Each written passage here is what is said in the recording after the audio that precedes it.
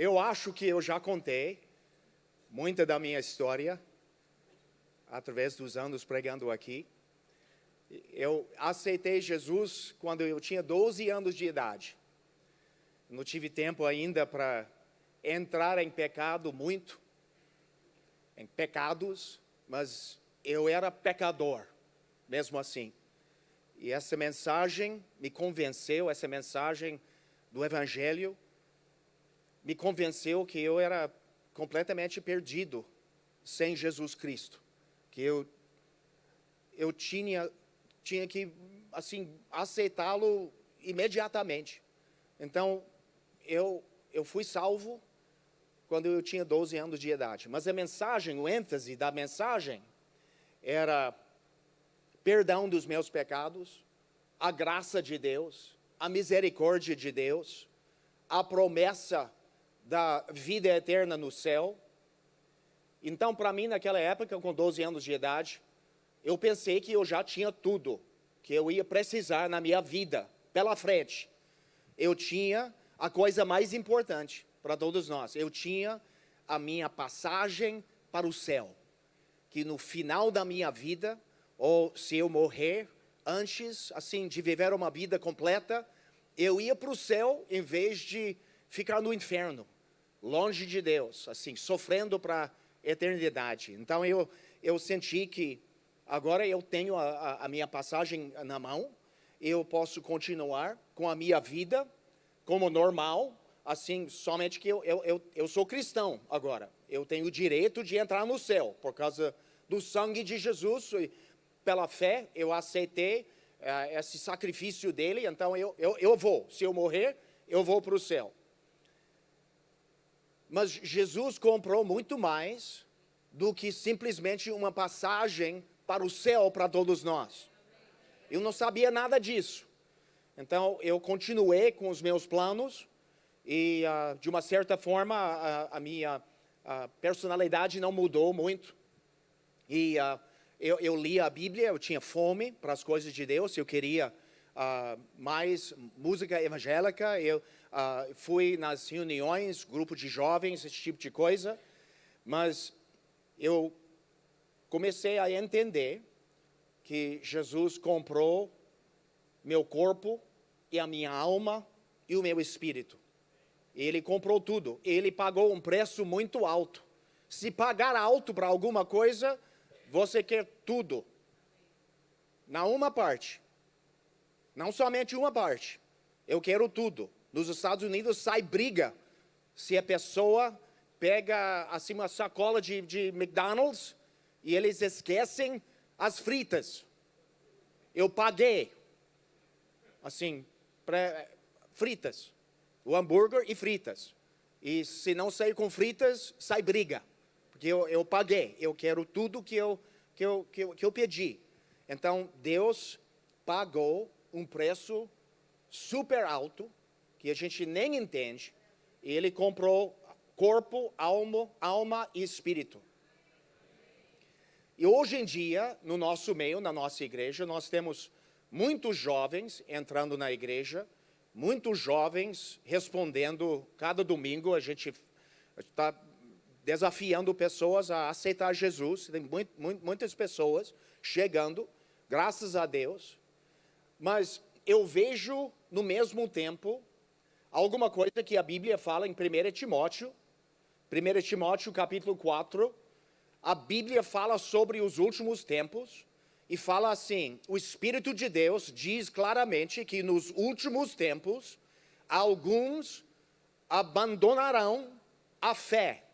Eles darão atenção a espíritos enganadores e a ensinamentos que vêm de demônios. Esses ensinamentos são espalhados por pessoas hipócritas e mentirosas, pessoas cuja consciência está morta, como se tivesse sido queimada com ferro em brasa.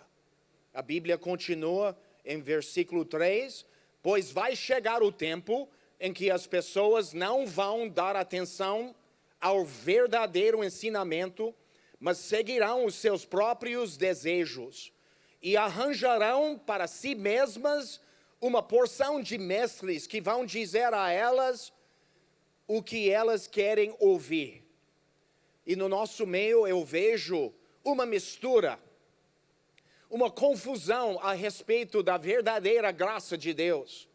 Porque a Bíblia fala sobre a graça verdadeira e a força dessa graça, o poder dessa graça para tomar conta da gente, para ensinar a gente em termos de como dividir entre a carnalidade e as coisas do Espírito, para não misturar estas coisas, para que haja uma separação depois da conversão, e a pessoa vai viver a sua vida, corpo, alma e espírito, para a glória de Deus. E a Bíblia fala sobre a verdadeira graça, Tito 2, falando assim: essa graça nos ensina a abandonarmos a descrença e as paixões mundanas e a vivermos neste mundo uma vida prudente, correta e dedicada a Deus, enquanto ficamos esperando o dia feliz em que aparecerá a glória do nosso grande Deus e Salvador Jesus Cristo. Foi Ele quem se deu a si mesmo por nós, a fim de nos livrar de toda maldade e de nos purificar, fazendo de nós um povo que pertence somente a Ele e que se dedica a fazer o bem. Então, na nossa cidade, eu vejo essa mistura no nosso meio, na nossa igreja, e na igreja, assim, falando em geral, de essa mistura de pessoas achando que agora eu tenho a minha passagem para o céu, eu posso viver o jeito que eu quiser, eu posso fazer o que eu bem entendo, e a graça de Deus vai cobrir os meus pecados, e a carne que ainda está viva dentro de mim. Eu posso viver essa vida assim, a metade pelo mundo e na carnalidade, e também aos domingos eu posso aparecer na igreja, posso servir na igreja, posso realmente ficar com essa passagem na mão. Se alguém me desafiar, eu tenho a minha passagem, está aqui. Então eu vou para o céu, não me julga, não fale comigo sobre estas coisas pessoais. Então eu vejo até com pessoas com muita unção, mas também no mesmo tempo, muita carne operando na sua vida. Nós temos pessoas, até na volta, a gente vai ter que tratar com algumas pessoas difíceis, com pessoal que estão sofrendo porque conhecem Jesus, mas também não querem largar da carne, não querem sofrer a morte da carne. Então eu estou aqui hoje porque constantemente na minha vida, o chamado de Deus e a unção de Deus, as responsabilidades que eu tenho diante dele, tem me levado ao ponto de morrer cada vez mais. Eu não morri de vez, mas eu comecei esse processo com 12 anos de idade de morrer. Eu me lembro que na minha vida eu queria fazer muita coisa, mas a Bíblia fala sobre a nossa vida e a mudança na nossa vida depois de aceitar Jesus. E o apóstolo Paulo fala sobre crucificação. Ele fala em Gálatas 2:20, um versículo que todo mundo já decorou: já estou crucificado com Cristo e vivo, não mais eu, mas Cristo vive em mim. E a vida que agora vivo na carne, vivo-a na fé do Filho de Deus, o qual me amou e se entregou a si mesmo por mim. Não mais eu. Não mais eu. Não mais eu. Nós temos pessoas que entram na nossa igreja aceitando Jesus e nós oferecemos essa mensagem da graça de Deus, essa mensagem de perdão, misericórdia, mas depois a gente tem que falar a verdade, toda a verdade, que agora é não mais você, não mais eu, não mais vocês. Nós estamos morrendo cada dia mais para que Deus possa viver a vida através de nós, a vida de Cristo através de nós cada vez mais. E a pessoa pega, recebe unção, já nasceu com certos talentos. E o Espírito Santo tem muita graça para dar dons espirituais para nós. Mas isso é uma coisa que a gente tem que tratar com a nossa própria carne. Jesus morreu na cruz, mas o apóstolo Paulo falou, eu fui crucificado com ele. Não mais vivo eu, mas Cristo vive em mim. Ele fala de novo, Gálatas 5. E os que são de Cristo crucificaram a carne com as suas paixões e concupiscências. Ele fala de novo, Gálatas 6. Mas longe esteja de mim gloriar-me, a não ser na cruz de nosso Senhor Jesus Cristo, pela qual o mundo está crucificado para mim e eu para o mundo. Então, essa mistura de coisas mundanas e coisas espirituais, a gente não tem condição de permitir isso assim no nosso meio. Eu não posso aceitar isso. Eu não posso deixar espaço na minha vida para isso. Então, eu estou aqui hoje porque constantemente o Espírito Santo vem me confrontando com a carne, aquele pedaço de carne que ainda está vivo dentro de mim. E eu me lembro, quando eu me casei, eu pensei que eu era um santo. Eu acho que a minha esposa também, talvez, achou que era um homem muito bom. Mas simplesmente pelo casamento, eu podia ver que eu podia fazer coisa aqui, na frente das pessoas, mas em casa eu tive dificuldade. A minha carne, assim, realmente apareceu. E eu tive que tratar com isso, com humildade, aceitando que eu não sou um homem bom. Eu não tenho muita força. Eu tenho coisa na minha vida que tem que morrer. Eu não posso segurar essas coisas mais, eu preciso de entregá-las para Jesus. Essas coisas têm que ir para a cruz, tem que morrer, porque se manter esses pedaços de carne, se eu vou manter esse pedaço de carne viva na minha vida, esse pedacinho de carne vai me matar, vai acabar comigo um dia. A Bíblia fala sobre a vida crucificado sendo uma vida em que a gente fala, a tua vontade, Senhor, seja feita. A tua vontade seja feita. A Bíblia fala sobre Jesus orando no jardim de Getsemane, falando, meu Pai, se este cálice não pode passar de mim sem eu beber, faça-se a tua vontade. Que a tua vontade seja feita. A Bíblia fala em Filipenses, de sorte que haja em vós o mesmo sentimento que houve também em Cristo Jesus, que sendo em forma de Deus, não teve por usurpação ser igual a Deus, mas aniquilou-se e a si mesmo, tomando a forma de servo, fazendo-se semelhante aos homens, e achado na forma de homem, humilhou-se a si mesmo, sendo obediente até a morte de cruz. Quando eu aceitei Jesus com 12 anos de idade, eu queria ser médico. Todo mundo na minha família achava que eu ia ser médico.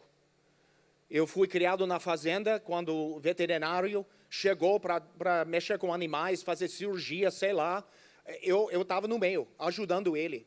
Eu não tinha medo de sangue, de órgão, assim, aparecendo de repente, assim, eu não tinha, mão suja, eu gostei desse tipo de coisa, tinha muita curiosidade a respeito disso, o corpo humano, o corpo de animal, então eu ia fazer isso, então eu pensei, olha, eu sou cristão, eu vou ser um médico cristão, mas eu vou continuar com o meu plano, e o plano que todo mundo aceita na minha família, todo mundo me encorajando, eu vou fazer isso. Mas aquela vontade de ser médico tinha que morrer, porque Deus tinha um outro plano para mim. Então eu não podia ficar com aquela coisa assim, agarrando aquele sonho. Eu tive que entregar a Deus. Olha, esse sonho é teu. Então, não a minha vontade para o meu futuro, a minha carreira, mas a tua vontade seja feita. Depois, eu entrei na faculdade bíblica e eu cantava muito. E Deus tinha me dado uma voz bem forte, eu podia cantar muito, com muita força, e Deus estava abençoando essa parte da minha vida. Então eu pensei, porque eu tenho talento de cantar, eu posso cantar, e a unção de Deus, assim, realmente está abençoando as pessoas enquanto eu estiver cantando. Então eu vou ser cantor gospel, e eu quero ser cantor gospel, assim, do mais alto, assim, eu quero cantar para o mundo inteiro, e fazer uma carreira como cantor gospel de alto nível, só que Deus tinha outro plano. E aquele sonho de ser cantor gospel de alto nível teve que morrer. Deus usou esse talento para assim, me convencer que eu podia fazer alguma coisa aqui no Brasil. Então, eu ia cantar aqui, música gospel. Então, nós chegamos aqui em janeiro de 84, eu e a minha esposa. Ela tocava muito, ela é música demais. Ela toca o teclado, o piano, assim, eu pensei comigo, com ela eu vou longe. Essa dupla vai longe. Deus está conosco. Vamos conquistar o Brasil. Eu pensei isso. E naquela época não tinha muita competição.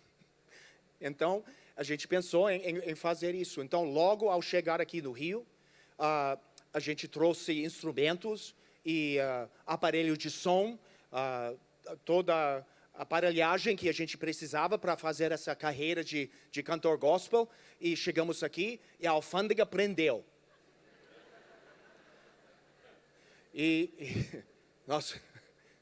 Nosso amigo pastor Marco, que eu acho que naquela época, morando na Vila da Penha, alguma coisa assim, nós deixamos pastor Marco com a responsabilidade de resgatar os nossos instrumentos da alfândega. Homem de fé. Então, passou 2 anos. 2 anos.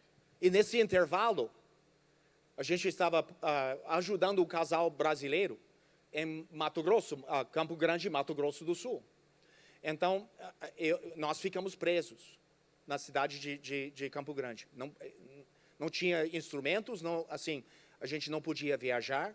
Então, vamos lá com eles para ficar fazendo alguma coisa e ajudá-los a levantar uma igreja nova em Mato Grosso, em Campo Grande, Mato Grosso do Sul. Então, a gente foi lá dirigindo o louvor e, de repente, eu estava dirigindo reuniões de oração e, de repente, eu estava pregando nas reuniões, pastoreando o povo e eu senti que, olha, eu acho que Deus está fazendo a vontade dele na minha vida somente agora. Mas eu já passei por muitas experiências de mortes para chegar lá.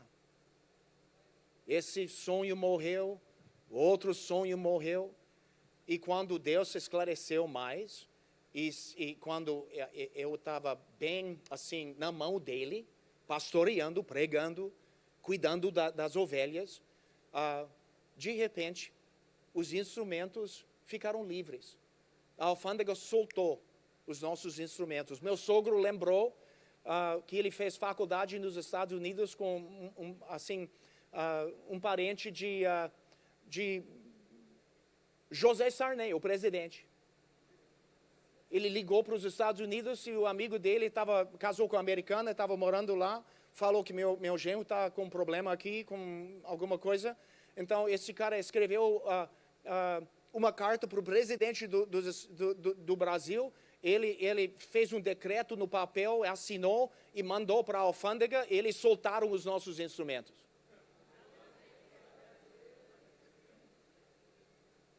E agora? Eu vou viajar agora pelo Brasil, assim, correndo atrás dessa carreira de cantor gospel de alto nível? De jeito nenhum. Porque eu tinha pessoas dependendo de mim em Mato Grosso do Sul, em Campo Grande. Então, aquele sonho já era coisa de criança para mim. Assim, hoje eu penso comigo, graças a Deus, Ele me protegeu. Graças a Deus, Ele teve misericórdia de mim. E não me deixou entrar nesse caminho. Graças a Deus por isso. Eu me lembro que eu não queria... Mas olha, mais um detalhe. Quando nós nos casamos, a minha esposa, todos nós dois, na área da música, ela fez faculdade de música, eu fiz faculdade de música, ela me acompanhava quando eu fiz provas e esse tipo de coisa, e ela me perguntou uma vez, você não tem nenhum plano? Eu acho que ela ficou com medo, um pouco de medo, ela pensou, você não tem plano, não tem nenhuma ideia na sua mente que um dia você vai querer pastorear? Eu ri, uma piada. Claro que eu não vou fazer isso. Nunca, eu não quero fazer isso. Então ela falou, ainda bem, porque eu já gastei bastante tempo assim na casa de pastores e eu não quero fazer isso. Eu quero ficar na música. Então Deus mudou o plano dela também. Assim, de repente, ela casou com um músico e passou uns anos e agora o marido dela é pastor.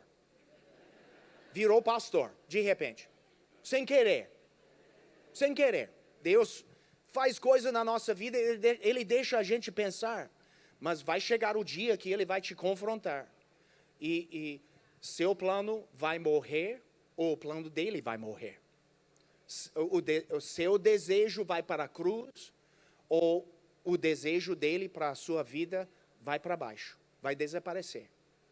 Então, eu falei contigo que cada vez, cada dia, me parece, alguma coisa está morrendo para que Jesus possa viver a sua vida mais e mais através de mim.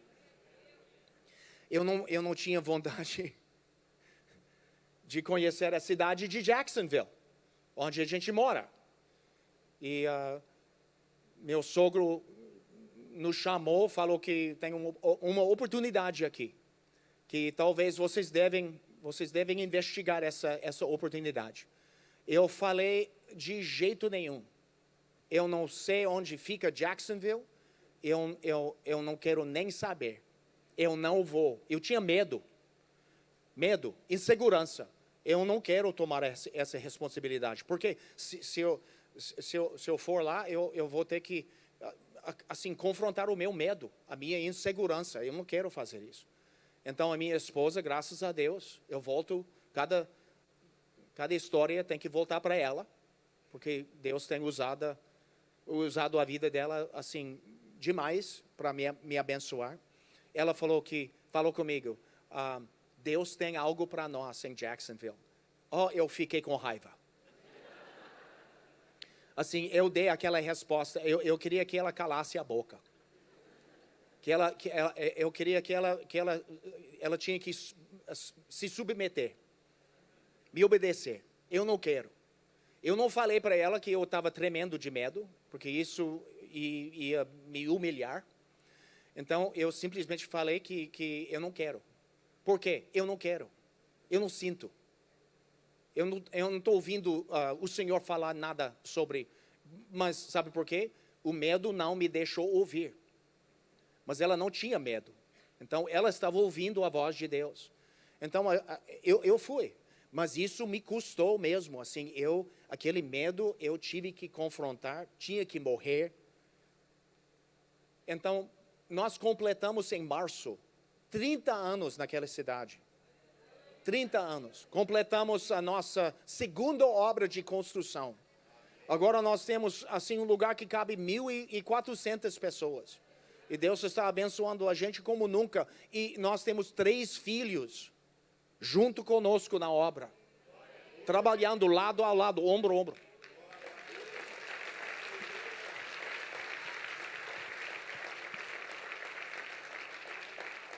Então, deixando morrer o seu desejo, a carne que ainda sobra, a carne viva que ainda sobra na sua vida, implica não somente na sua vida, o seu ministério, mas a sua família também.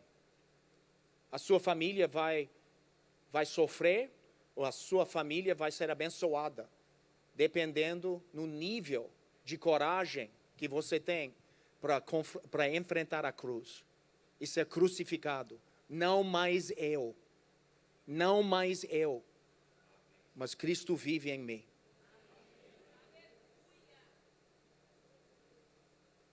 Então nós gostamos de declarar frases assim, essa linguagem pentecostal, essa linguagem bíblica. A gente vai decorando versículos e falando, mas isso tem que se tornar algo vivo nas nossas vidas.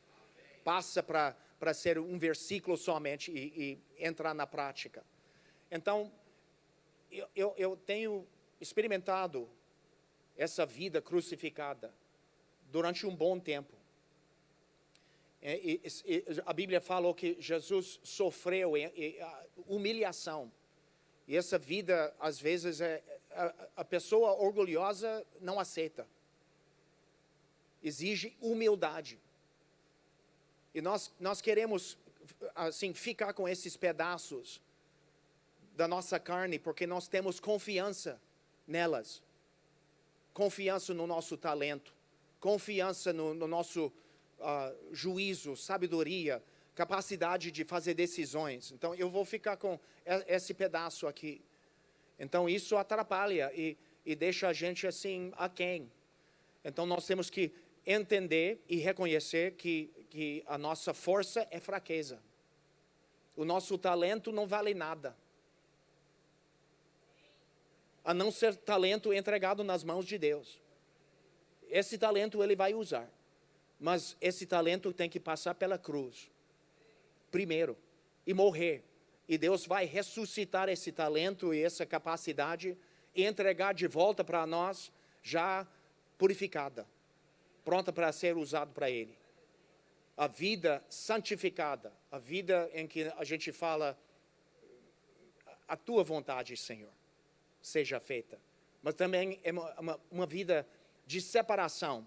A Bíblia fala em Romanos 6, porque se fomos plantados juntamente com Ele, na semelhança da sua morte também, o seremos na da sua ressurreição, sabendo isto, que o nosso velho homem foi com Ele crucificado, para que o corpo do pecado seja desfeito, a fim de que não servamos mais ao pecado. A Bíblia fala em 1 Pedro, mas vós sois a geração eleita, o sacerdócio real, a nação santa, o povo adquirido, para que anuncieis as virtudes daquele que vos chamou das trevas para a sua maravilhosa luz. Vós que em outro tempo não eres povo, mas agora sois povo de Deus, que não tinhas alcançado misericórdia, mas agora alcançastes misericórdia. Amados, peço-vos, como a peregrinos e forasteiros, que vos abstenhais das concupiscências carnais, que combatem contra a alma, tendo o vosso viver honesto entre os gentios, para que naquilo em que falam mal de vós, como de malfeitores, glorifiquem a Deus no dia da visitação, pelas boas obras que em vós observem. Porque assim é a vontade de Deus, que fazendo o bem, tapeis a boca à ignorância dos homens loucos, como livres e não tendo a liberdade por cobertura da malícia, mas como servos de Deus. Amém. Um povo diferente. Um povo diferente.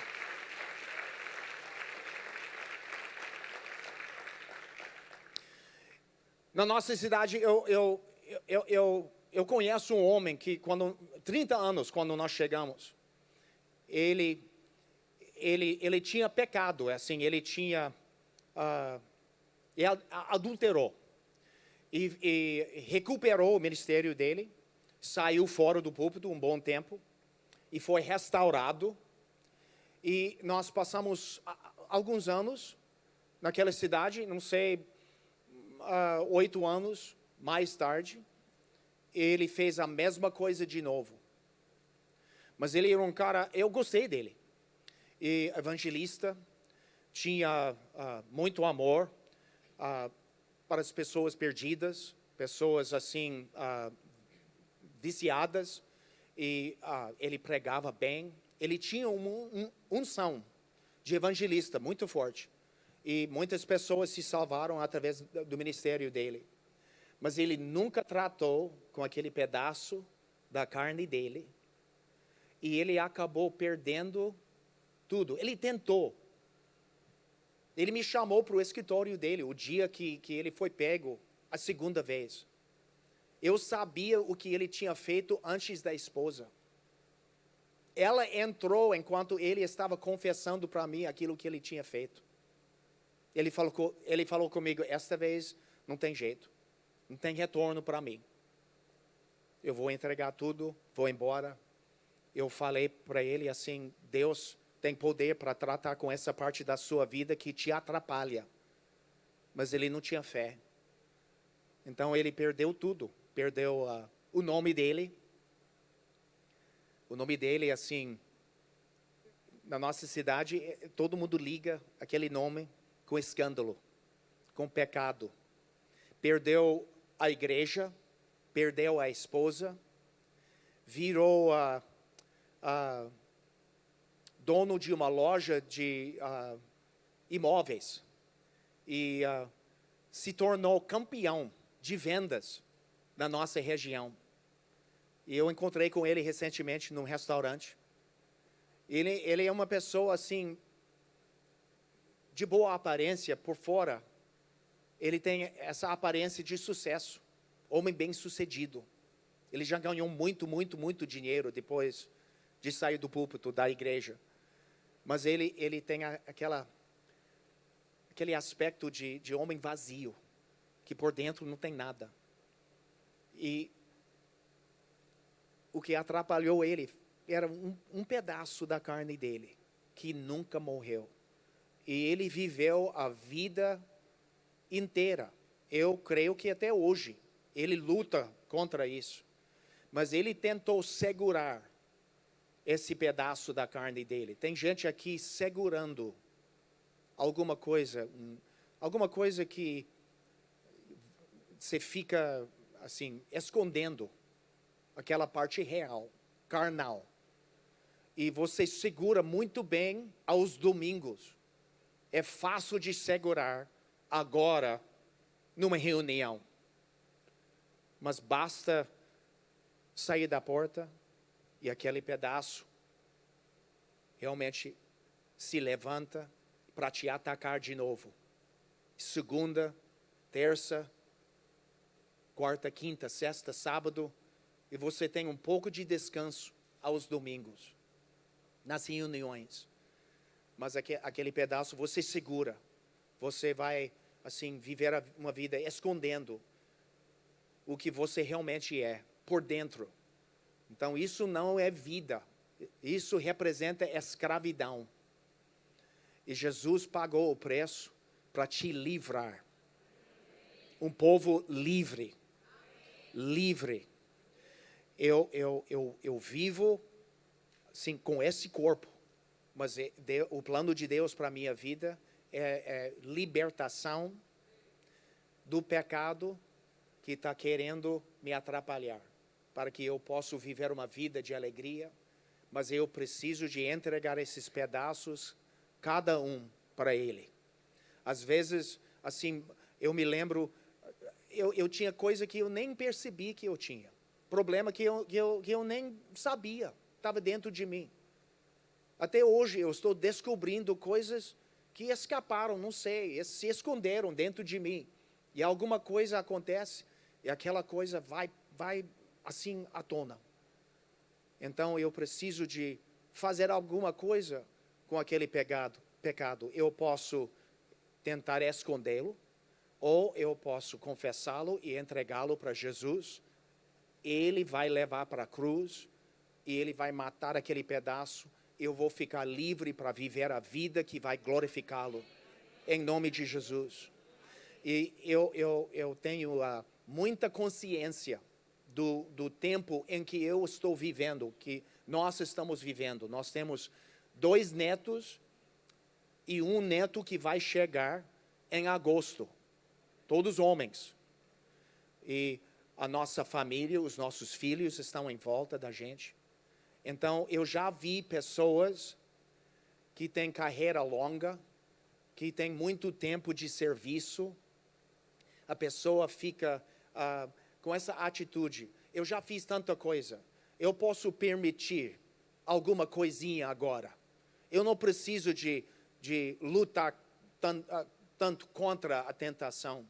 E aquela pessoa acaba caindo e tudo que fez na vida do passado já era. O nome vai embora, a igreja vai embora, o ministério, toda a obra é desfeita por causa de um pedaço de carne que não foi para a cruz. Então, eu quero me guardar, eu quero vigiar mesmo, assim, não tem tolerância, o pecado não tem permissão para viver dentro de mim. Se eu achar, vai morrer, vai para a cruz.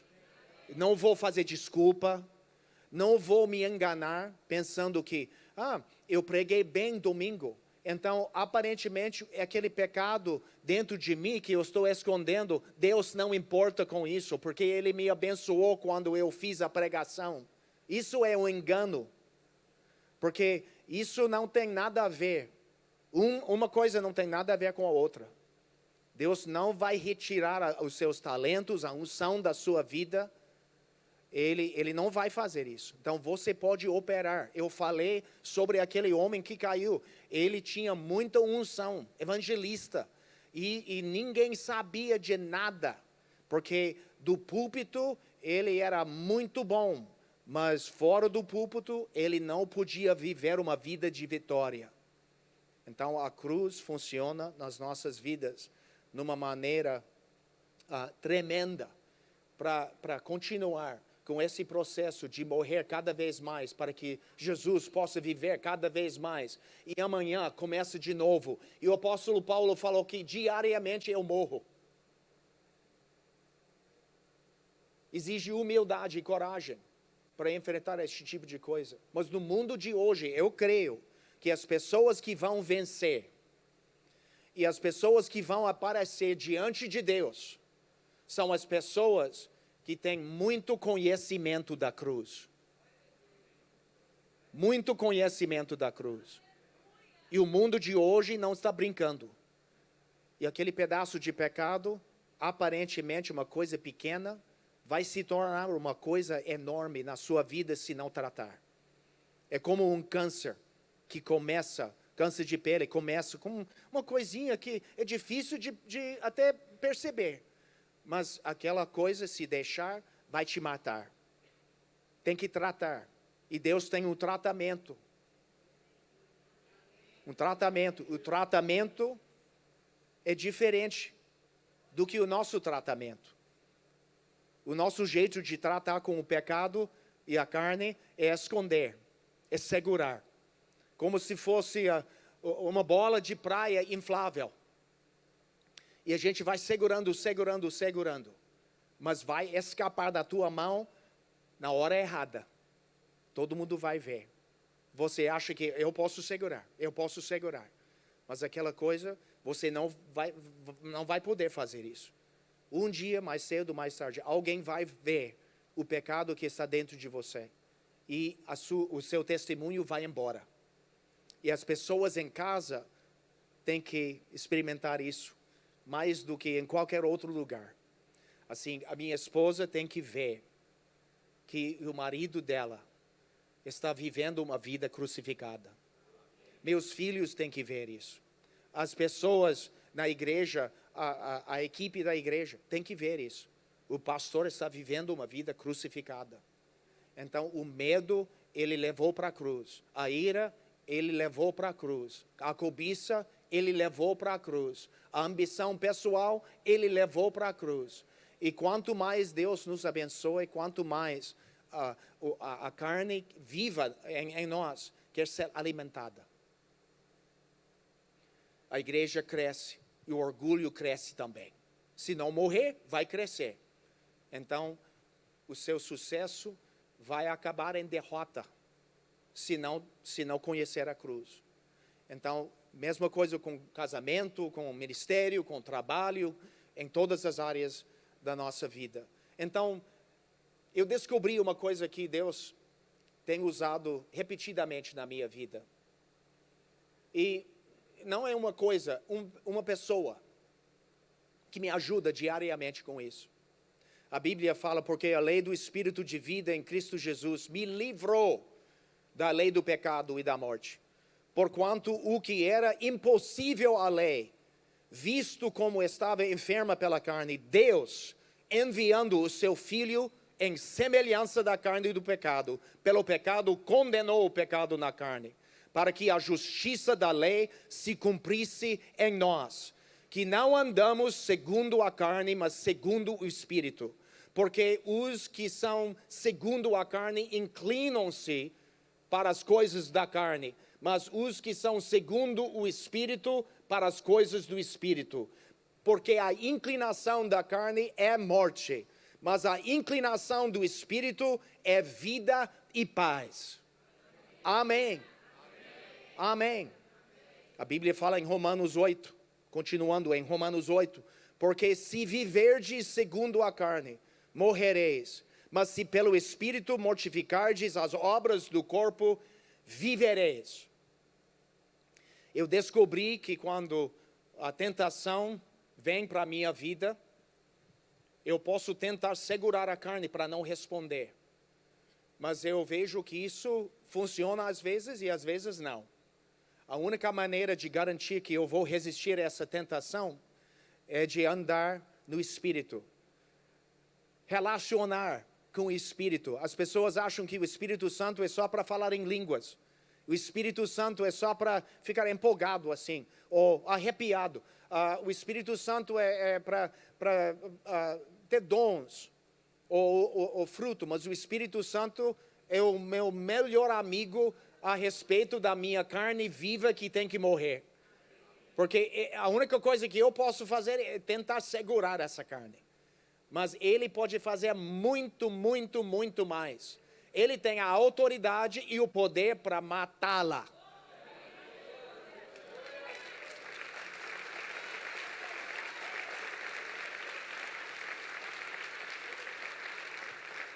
E eu me lembro quando eu comecei a entender isso, eu não tinha costume.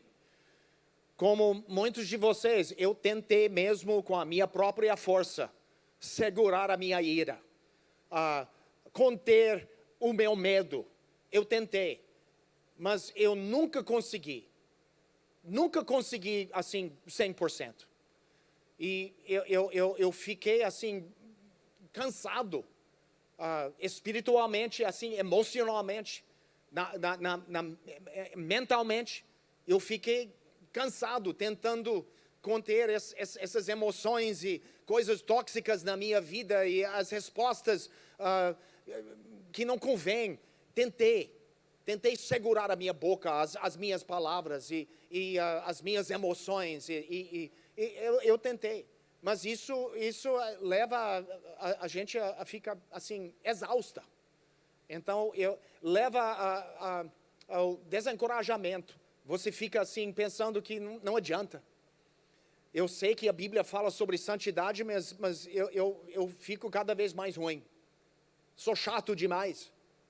Não sei o que fazer.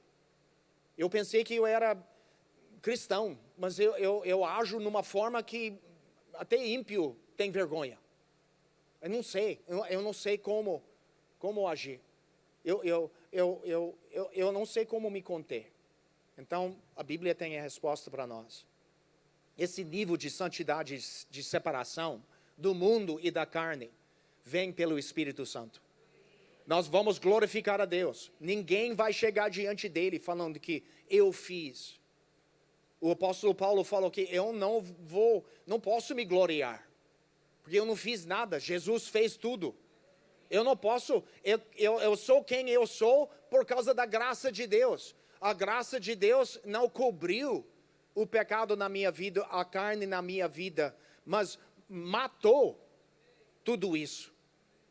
Então, eu posso viver uma vida consistente, uma vida regular, uma vida que vai glorificar a Deus. Eu posso construir e continuar construindo, sem tomar um passo para frente e dois passos para trás. Sempre fica envergonhado, assim, me desculpando, tentando explicar por que eu fiz isso. Não, porque aquela coisa fraca. E Deus tem muito melhor para nós. Então você fala que Deus vai aniquilar a minha carne. Não, a sua carne vai permanecer. Mas a lei da morte que está dominando a sua vida, porque você não está dependendo no poder do Espírito, essa lei da morte, ele vai superar usando a lei maior, a lei de vida, a lei do Espírito Santo, a vida do Espírito em Cristo Jesus. E essa lei vai te fazer voar. A lei da gravidade não desaparece simplesmente porque você olha no céu e você vai ver um avião voando. O avião está voando não porque a lei da gravidade acabou. Isso não significa que você pode pular pela janela, porque você viu um avião voando. O avião está voando porque uma outra lei. Eu acho que o nome dessa lei é a aeronáutica. Tomou conta do avião. E o avião rompeu esse laço com gravidade e está voando. E chegou a hora de romper esse laço com a lei da morte, tentando segurar a carne, tentando esconder a carne. E operar numa outra lei, maior, que tem mais força, mais poder. E voar, e ficar livre, e ver tudo de uma forma diferente. Deus vai mudar a sua perspectiva lá no alto. Você vai ver a sua vida e a vida dos outros como Ele está enxergando essas vidas e a sua vida. Você vai compartilhar com Ele aquele lugar alto. Ele está te chamando para romper com os hábitos, os vícios, essas partes da sua personalidade que você está permitindo, falando que, meu pai era assim, a minha mãe era assim, ela andou assim com depressão, meu pai andou sempre gritando, brigando com todo mundo, então eu sou mais ou menos como ele, mas eu tenho a minha passagem para o céu. Mas nesse intervalo que se chama vida, é vida cristã, não é vida carnal, é vida cristã. Não é vida que você vai ficar sendo usado pelo diabo para envergonhar a palavra de Deus, e envergonhar o reino de Deus, a igreja e o nome de Jesus. O ímpio, o diabo não pode usar para envergonhar a Deus. Só o cristão carnal tem essa capacidade. Mostrando para o mundo, olha, essa pessoa é um exemplo do poder de Deus. Olha ela, fazendo besteira, falando bobagem, fofocando. Até no nosso meio tem jovens que acham que eu sou cristão, mas eu bebo, eu fico embriagado. Mas Deus me perdoou, mas sexta-feira eu vou fazer tudo de novo. Vou aparecer na igreja, não tem como mexer comigo, porque a graça de Deus está me protegendo contra qualquer julgamento. Amém? Mentira. Doutrina de demônio. A verdade é que Jesus pagou o preço para corpo, alma e espírito. Ele está aqui hoje de manhã pedindo, eu quero tudo. Me dá tudo, me dá tudo. Me dá cada pedaço. Não fica com a mão no bolso escondendo aquele pedaço. Você tem muita confiança naquele pedaço da sua carne, é? Entrega para mim. Entrega para mim. Coloca a tua confiança no meu poder. No meu nome, no meu sangue. Amém? Então, a igreja, eu creio que a nossa igreja, essa igreja, no futuro, a igreja vencedora será cheia de pessoas crucificadas. Pessoas dizendo, não mais eu. Meu plano, meu desejo é de dizer isso para o resto da minha vida. Não mais eu. Eu queria fazer isso, mas não é mais eu. Eu sonhei em fazer aquilo, mas não mais eu. Deus tem que viver a sua vida em nós. Jesus está querendo fazer isso. Eu não vivo mais, mas Cristo vive em mim. Amém? Amém! Glória a Deus! Vamos nos colocar de pé.